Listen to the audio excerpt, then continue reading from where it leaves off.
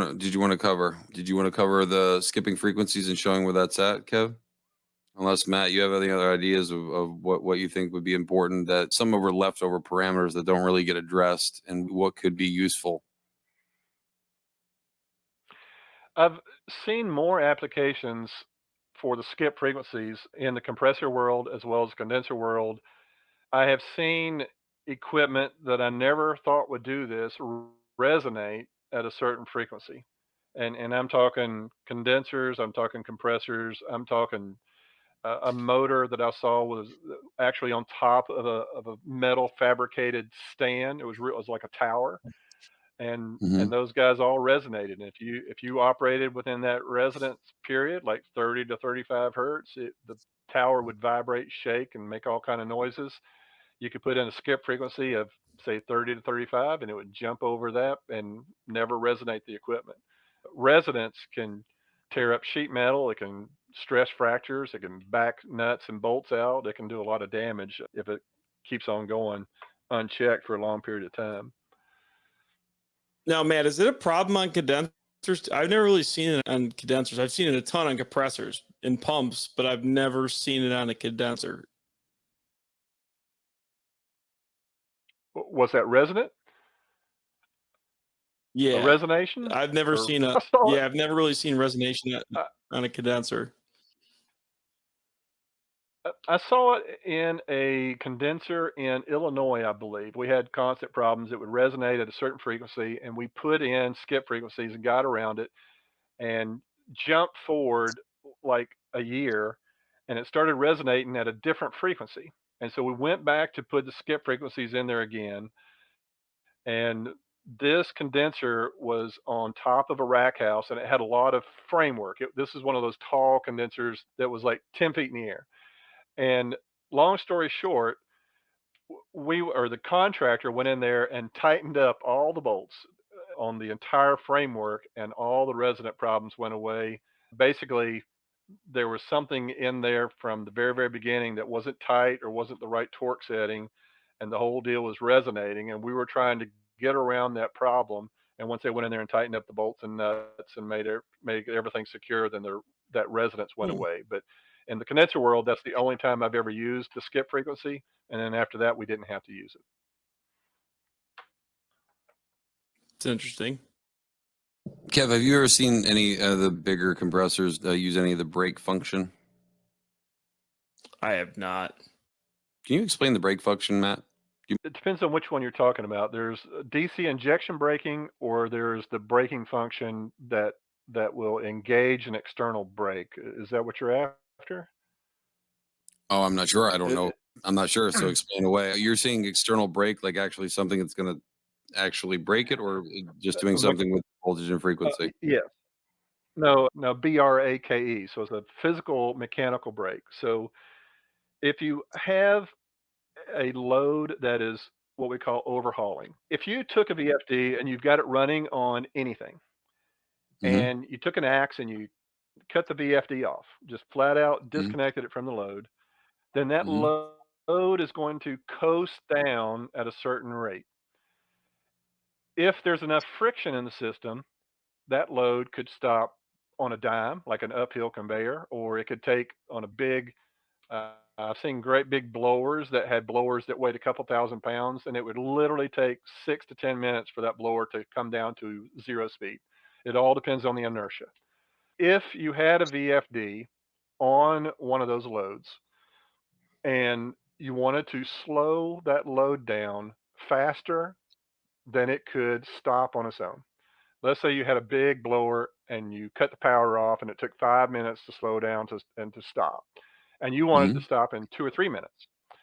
What you could do is you could turn on, it's called DC injection braking inside the VFD, and you have an AC motor, and the VFD would actually pulse a DC signal into the AC motor, which would actually, the motor would be confused, and it will basically, it's pulsed, so it's not going to hurt the motor.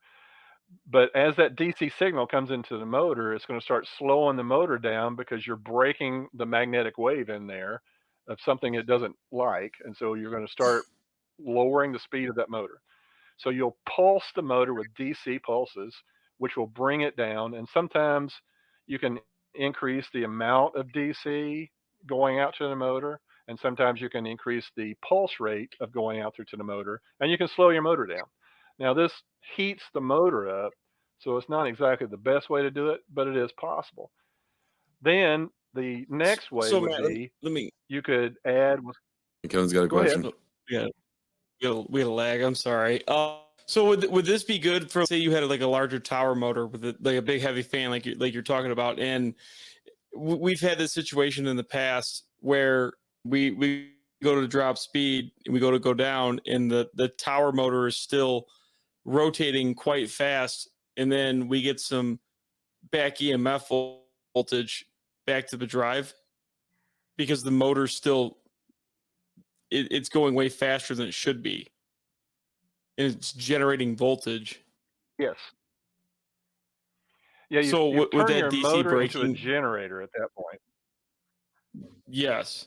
You could use that DC injection braking to slow that load down to either an acceptable time or acceptable rate. And yes, you could do that. You just have to be careful that you don't tear something up or you don't overheat the motor. What I prefer to do is your VFD is operating on a DC bus, right? So you'll take your input, let's say 460 volts, you'll rectify it, which is square root of 2, so 1.414, and you'll get a DC bus of 650 volts. And you're pulsing that 650 volts out there to the motor to make the motor go, right? If your DC bus is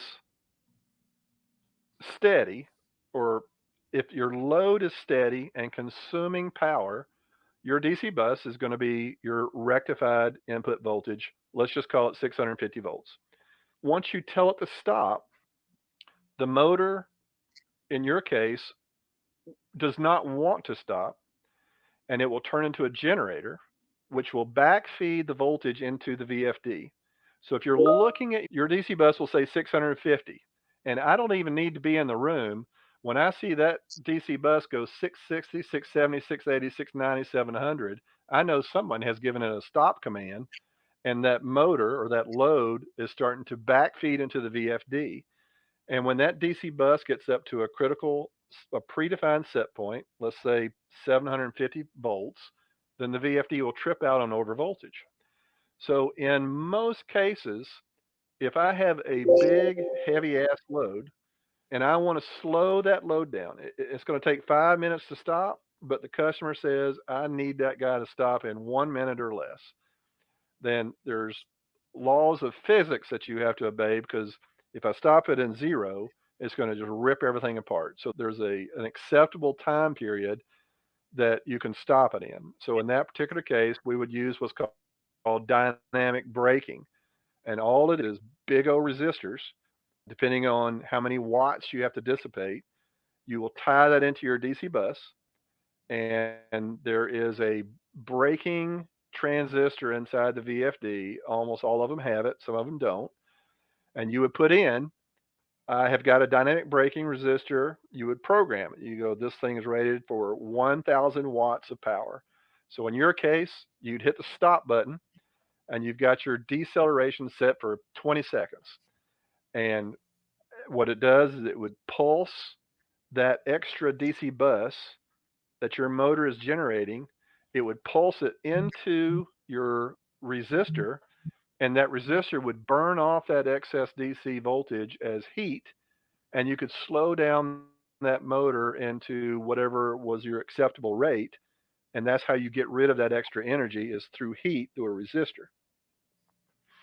Now, we've experimented and we put in something stupid like 2 seconds, and when we hit the stop button, then it unloaded every bit of that energy into the dynamic braking. And what we did was we had a big cogged belt on our motor going to our 1,000-pound load. And when we hit the electronic stop button, it wanted to stop that load in 2 seconds. And we had the dynamic braking resistor sized for double. It was huge, and it was going to take all the energy that motor could deliver to us.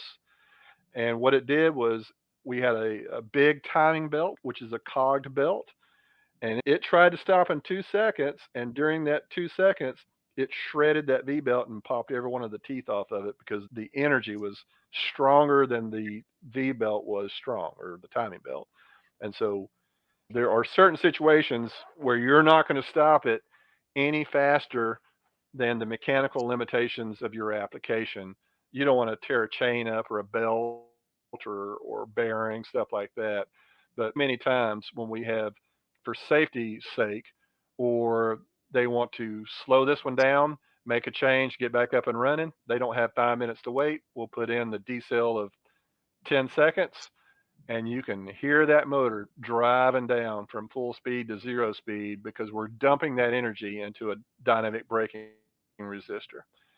The very last one is we put a mechanical brake on the motor, or you have a brake motor. And a brake motor can be wired internally, where when you put 460 to the motor, the brake will disengage. And when you cut off your contactor or remove your 460-volt power, the brake will engage because it's a normally closed brake and you've taken the power away, so it's going to lock up and it will stop your motor. But in the VFD world, we use brake motors that's what's called externally wired. And so the wires for that brake come out of the motor for us to wire up. So when you press the stop button on the VFD, if the brake locked up immediately, then it would cause you all current and voltage problems. Your VFD would trip out on overcurrent, over voltage, because you just don't want that to happen. So what you do is, inside the VFD, you program an output relay, and you program the relay that says, when my motor is at 0 speed, or if you're using a crane, you would put 5 or 10 RPM, where it's still running a little bit, but it's not quite stopped. And then at that set point, where there's 0 speed or 1 or 2 hertz or 5 or 6 RPM, whatever you choose, it would turn a relay on inside the VFD, and that relay would give power to the coil of a brake, and the brake would lock up. So let's say you're doing a crane and you're hoisting up and down, and you're on a VFD, and the crane is going up or down. You don't want your load to bump up or down. You don't want it to, if you're going down, you don't want the load, when you hit the stop button, you don't want it to keep going like another foot when you take your hand off the button. So you would program that for 0 speed or 2 or 3 hertz. So as the VFD ramped down at 2 or 3 hertz, it would turn the relay on, turn the mechanical brake on, lock up the motor. It was at a low enough voltage point where it would not trip the VFD out, and your load wouldn't keep going, and nobody on the ground floor could tell what had happened. And so you have 3 ways, the most common 3 ways to stop a load will be DC injection braking, or dynamic braking, or an external mechanical brake, which is used, and each one of those are used in very specific cases. Kevin, Did you I- were saying that it's yeah, Kevin, did you say it's causing, what do you mean it's causing EMI? It's causing something with the drive, or what? It was causing the DC bus to like skyrocket, exactly what like he just described, because the motor was turning into a generator. Okay, so you're trying Yes, to for stop that so it doesn't give you a DC bus alarm. Is that the deal?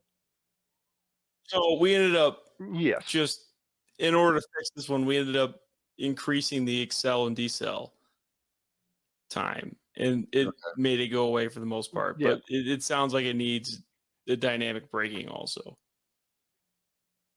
Yeah, the dynamic braking is just for the voltage, 230 or 460, whatever your drive is, and horsepower for whatever horsepower your VFD is, and watts. Is your load huge, or does it just need a little help? Now, on a lot of water towers, we've ran into, they're a belt that got 2 motors going through V belts going to the water tower. And so the load on those motors is pretty big. And we have certain situations where they're right on the margin of the deceleration was 10 seconds and it started tripping out on DC bus voltage or over voltage. And in those cases, we just needed, they didn't want to extend the D cell out like you did, which is perfectly acceptable, but they didn't want to do that. So we put on a little $100 dynamic braking resistor. It wasn't 6 inches long by 3 inches. And we went in the VFD and said, you have a dynamic braking resistor on you now. It's 20 ohms. It's 100 watts, and that was enough to take off that extra DC bus. And they could even stop quicker than what the OEM had designed it, because now we had the ability to get rid of that extra energy. And so you could do that on your application as well. Every VFD, somewhere in the operations manual, it will say, if you're going to put dynamic braking on me, if I am this model number or this horsepower, my minimum resistance needs to be 10 ohms or 20 ohms or 30 ohms. It will tell you the minimum resistance that it needs, and that will define the size of your dynamic braking resistor that you would use. I'm trying to see if there's anything else that you wanted to go over, Kev. I got nothing for right now. I basically covered every other question that I had for right now until I start reading through more of this book. I know there's parameters No, in it's here always that good when Matt comes on. I was quiet, just listening and learning. Yeah, because there's stuff on there that like I've never known what it says, because a lot of times the definition, like the explanation in the manual, is very ambiguous. And Matt, I can't thank you enough, because every time you come on here, like I know we were quiet like literally for the whole time because we're just listening, just taking it all in. Because no, you have this innate ability where like you're able to take what the manual says and break it down to dummy speak for Kevin and I, so we actually understand what the hell the manual means. Because it's just like I said, for me, like a lot of this stuff is very ambiguous when it's trying to explain some of the parameters. Like the explainer is just, I don't know. I just have a hard time understanding it. Yeah, in the manual, the FC 103 manual we have, you can go to page 53.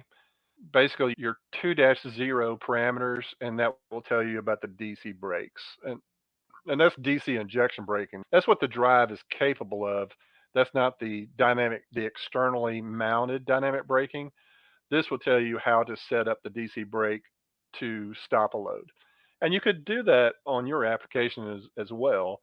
And what you do is you start off with a low amount, and you'll say, instead of coast to a stop, then you would put ramp to a stop using DC injection braking, which would then look at these parameters, and you would say, okay, I want my pulse to be 0.1 seconds, and I want my DC braking to be 1 or 2%. And you can look through there, and it'll constantly tell you, you need to be careful.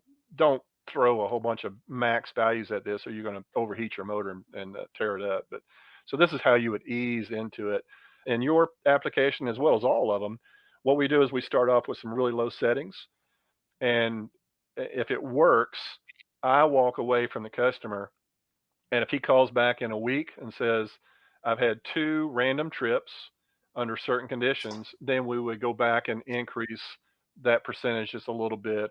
So it's a kind of a trial and error. We don't ever want to max it out, because sometimes you're right in the gray area. You just need to, your DC bus voltage is floating high. And sometimes you have to keep in mind that here is another thing that you don't see that's impacting you. So you could have a water tower, for example, that can operate for 10 years with no problems and the exact same parameters, and your ramp up, ramp down, or axle decels are exactly the same. And one day out of the blue, then you start having random DC bus or over DC bus faults, trips, random. And first thing I would say is you need to go in there and make sure your V belts are not slipping. You need to check your V belts, change them out, tighten up between the motor, the V belt, the load, check your mechanical. If all that stuff was rock solid, everything was good.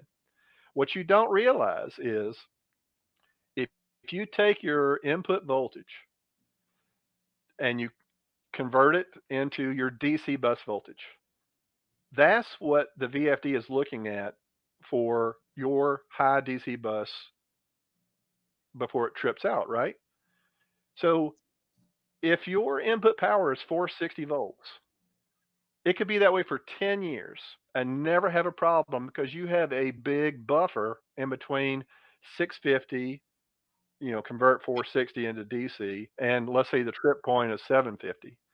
But if you take that 460 volt and there's a plant in town and that plant shuts down on the weekend and it uses so much power that the power on the grid now goes from 460 to 480, and you don't know that. Now you convert 480 to DC bus, you've automatically lost 30 to 40 volts of buffer. And so on a weekend, your water tower may fault out on high DC bus simply because your voltage on the input went up 10 to 20 volts. And you don't know that. We've had plants shut down in the town before. Great big plant that had all kind of heaters. They were a wire mill, and they had wire. Everything in there was related to heat, thermal heaters. They consumed power like you couldn't see the meter spinning so fast. You took so much power, and so they shut that plant down. And within a month, I started getting calls from plants in the area. They started having their dynamic braking resistors would turn on automatically even when the VFDs were not running because their grid went to 510 volts because that plant shut down. And so the utility company literally had to go out there and tap down the transformers down to like 460, 480 because all their dynamic braking went off the chart simply because their input voltage skyrocketed because that plant shut down.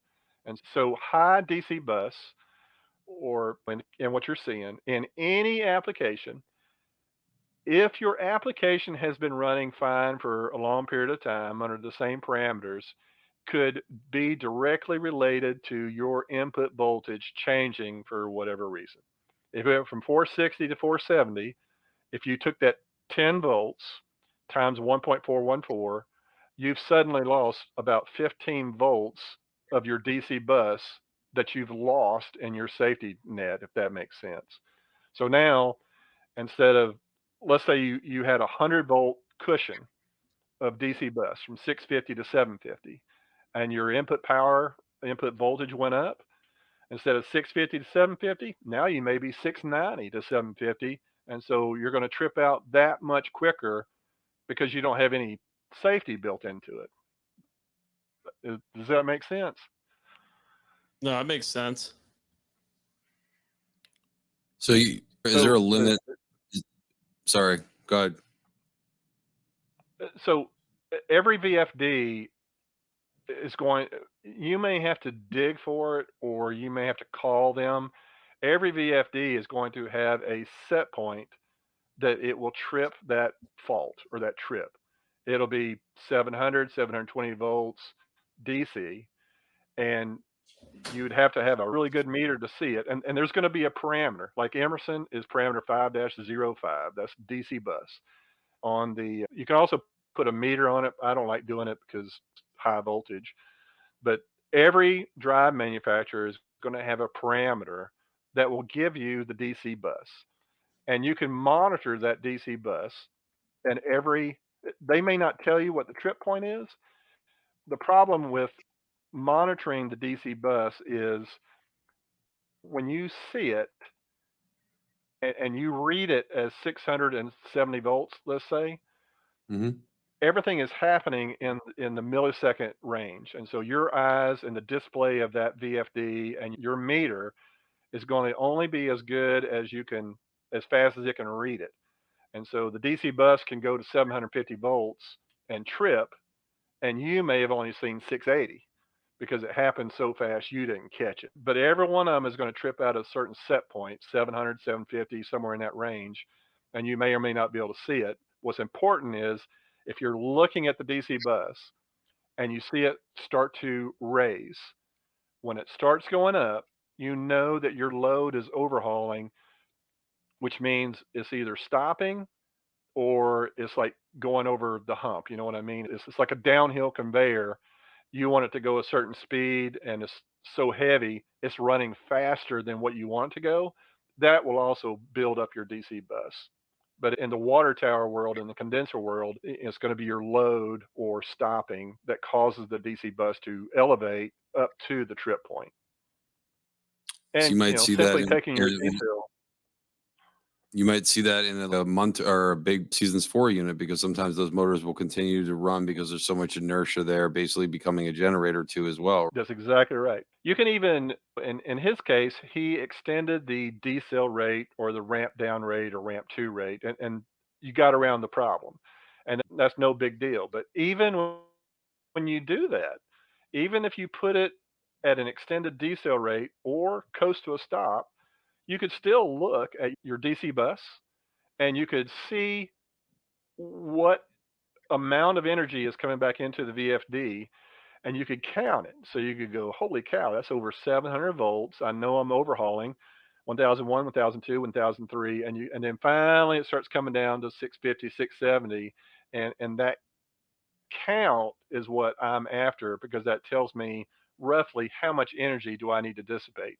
So in Kevin's case, if it had tripped out and then you put in 10 seconds and you could put in coast to a stop, and then you would start counting and you go, okay, I'm up to 10, I'm up to 11, I'm up to 12, 13, 14. And at 14 seconds, that DC bus came down to, let's say, 650, 700. You'll know, okay, I can put my decel rate at 15 seconds because I know that guy's going to bring that DC level down to an acceptable rate, so I don't have to overdo it. I don't have to put in 20 seconds, because by looking at the DC bus voltage, I know that it's within an acceptable range of 15, and my customer is on my ass to get this as slow as the decel rate, as aggressive as possible. And Mhm. so I put in 20 seconds because I don't ever want them to call me back. But if you looked at the DC bus and you put your decel at 20 seconds, you could look at it during that 20 seconds and it may come within a safe range within 15. And you'll know that you can drop it to 16 seconds and still walk away from it without any worries. The DC Gotcha. bus is the heartbeat of the drive that will tell you whether it's loading or unloading. All right, Matt, I have one last question. Just this is something based off of what Kevin was having a problem with when it got cold out. Kevin, you want to talk about that real quick? What, the drive's tripping out on low temp? Yeah, where the hell is that in the settings, Matt? Where the hell? Why is that even a thing? Is that to prevent condensation? No, many drives will have an LCD keypad, and that LCD keypad does not like to operate below 32 degrees. And Okay. so your program may reside in the keypad, or it might reside inside the drive itself, and the keypad is just a way to communicate with it. But the circuit boards and the LCDs don't want to operate below freezing. And so the VFDs typically will have two temperature ranges as part of their spec sheets that may or may not be very difficult to find. There'll be a storage temperature of where you can just leave it in the storeroom, and from 0 to 110 degrees, and it'll have an operating. So if you're going to operate this VFD, you don't want it to go below, let's say, 30 degrees, because the LCD screen will distort or not operate. And many of those applications, then if the VFD is in a certain type of enclosure or a tight enclosure and it's running all the time, almost always the heat generated by that VFD will keep it in the operating range of the VFD. But I've seen some applications, especially up north when it got below 0, that they were using the VFD on and off. And they might run it, might not run it. And when they did not run it, there was nothing inside the VFD panel, and the VFD's freezing is not a good word, but it would get below the operating range of the VFD, and then it wouldn't come back on, and they'd have to put a heater in there to get it back up to the operating range before it would start up. And so the part that I'm most aware of would be the keypad. It would just fail because the LCD can't operate below freezing temperature. And there's no parameter within the VFD that you could actually be like, no, give me a couple more degrees down. Not typically, if you could, I've seen some applications where in the heavy industry, they would put a minimum speed in of the VFD, 7 hertz or 10 hertz.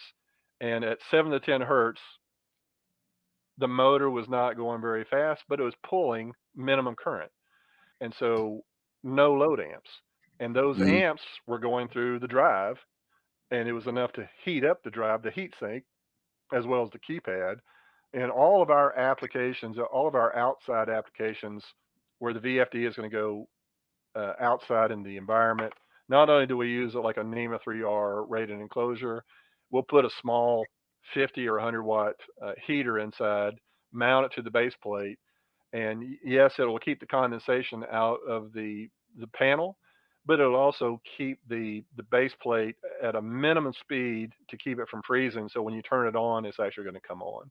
It doesn't take a whole lot because a couple light bulbs inside it would produce enough heat to keep the condensation out and keep a minimum temperature inside the VFD so the keypad would light up and start operating. Okay. Well, Matt, I think that's going to do it, man. We've already been talking for an hour and a half. I always really enjoy having you on here. I always learn a shit ton whenever you're on here. Yeah, it's always fun, that's for sure. No, and I appreciate it. I like I said, I learned. I can't keep saying it enough. I learned so much when talking to you. I think I know VFDs, and then I talk to you. I'm like, nope, I'm an idiot. I have no idea what I'm doing. So, I also really appreciate it. It's always a good time. But yeah, I'm gonna roll through this. I really enjoy it. I'm gonna roll through more of this and try to find some other stuff to stump you with that I still feel stupid on, and we'll get you back on again because, like I said, this is always awesome. I appreciate your time, Matt. All right, thank you very much. Y'all have a great day. Thanks, guys. All right, bye, guys. Bye.